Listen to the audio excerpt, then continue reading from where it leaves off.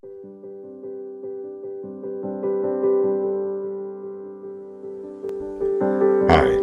this is Dr. Wysong. This series of videos on the big questions of life will show where each one of us is led if we dare to leave behind preconceived ideas and see where reason and evidence lead. The Law of Impossibility.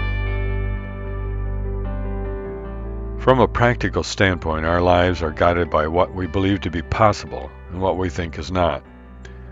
I think it's impossible to fix my computer with a hammer. I think it's possible that a computer technician can fix it. Such practical reasoning occurs for all of us on a daily basis and makes life livable.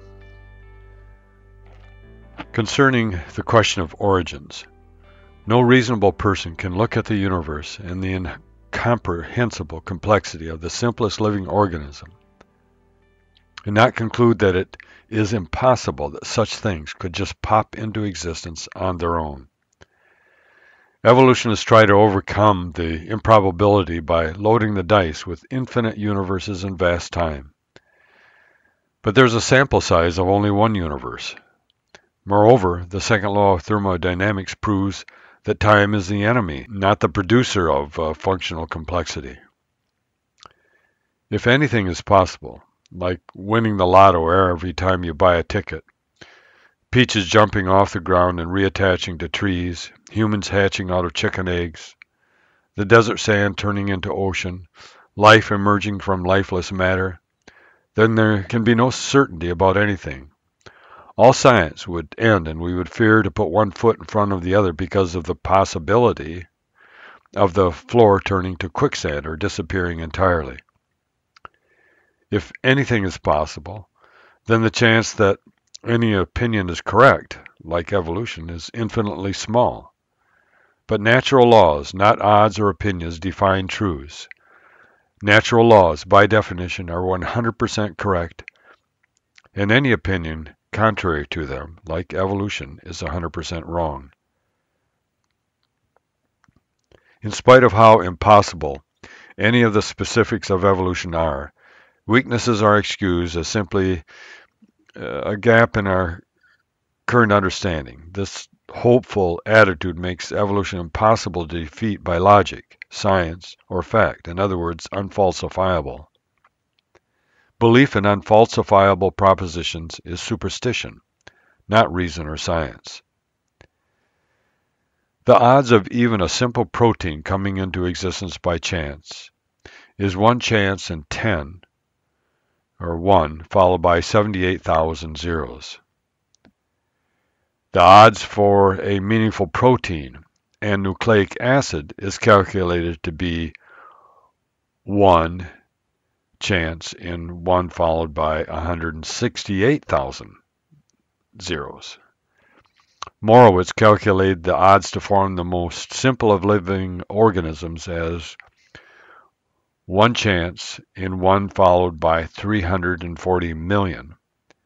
Carl Sagan said the odds of such an event was 1 chance in 1 followed by 2 billion zeros. The casino always wins. Yes, people do hit the jackpot here and there, but in the end, given enough time and enough tries, the casino nets the profit.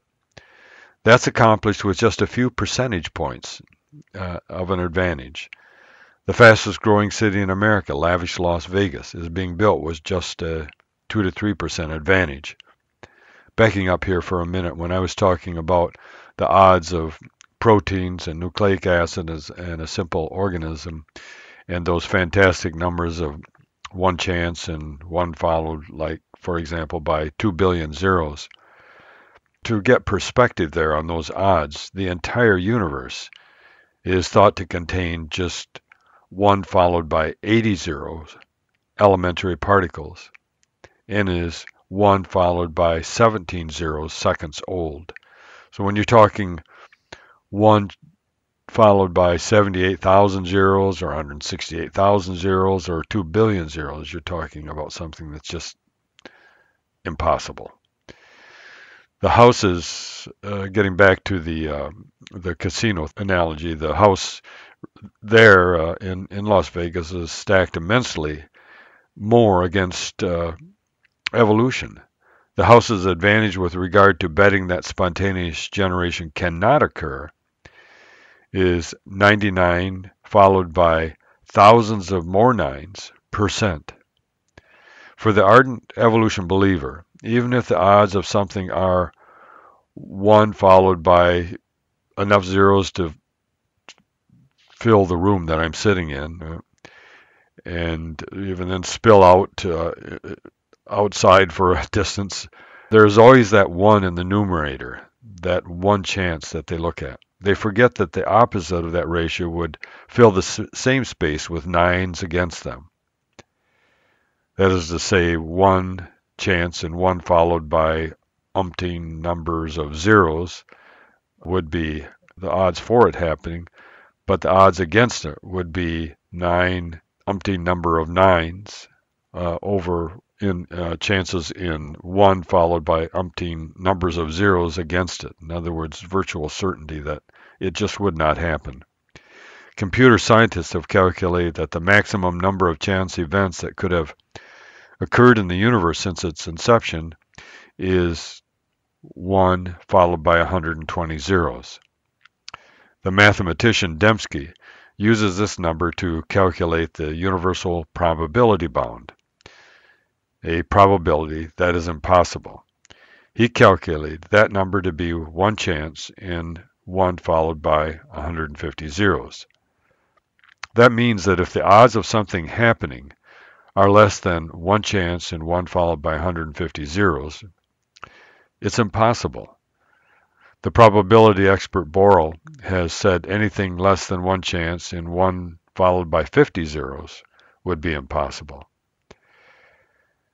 The resulting law of impossibility demands that if the odds of a living thing arising by chance are anything less than the most gracious universal probability bound of the choices mentioned previously, in other words, 1 chance and 1 followed by 150 zeros, then life arising by chance is an impossibility. And certainly the previous numbers where Morowitz said 1 chance in 340 million and Sagan said 1 chance in 2 billion is way, way beyond 1 chance in 150 zeros. I understand that I'm throwing a lot of numbers at you and it's going to seem very abstract. If you go to the written version of this, it'll make a lot more sense. Natural laws or intelligent agency, not chance, make things happen in a particular way. Things with mass fall to the ground, north poles attract south poles, negative charges attract positive charges. And mass and energy are never destroyed, they just change places. Now, a leaf could jump to Pluto rather than fall to the ground. It is possible. One could calculate the odds for such a ridiculous thing, and there would be a 1 in the numerator. But it won't happen, because there's a law of gravity and several others that declare it won't. It's not a matter of odds, it's a matter of law. The law of information, the second law of thermodynamics, and the law of impossibility declare and demand that order and information cannot emerge from chaos. Further, once order is present, it can't compound its order and information and improve upon itself. The only thing that can change the odds and create functionally complex order out of chaos is an intelligent agency. Notice that the law of impossibility doesn't require any religious disposition, nor does it lead to one. We're simply opening our eyes to known truths. Any evolutionist who disagrees is free to prove by evidence or experiment that functional complexity, on the scale found in even the simplest living organism, can beat the odds and arise spontaneously. So far, no putting up, but lots of not shutting up about how evolution is solved science. That's religious faith, not intellectualism, scholarship, or science. This material has taken 3/4 of a century of life experience and decades of research, thought, and writing. Hearing that it has helped is really the only reward I seek. Feel free to contact me with your thoughts or questions at asIfThinkingMatters.com.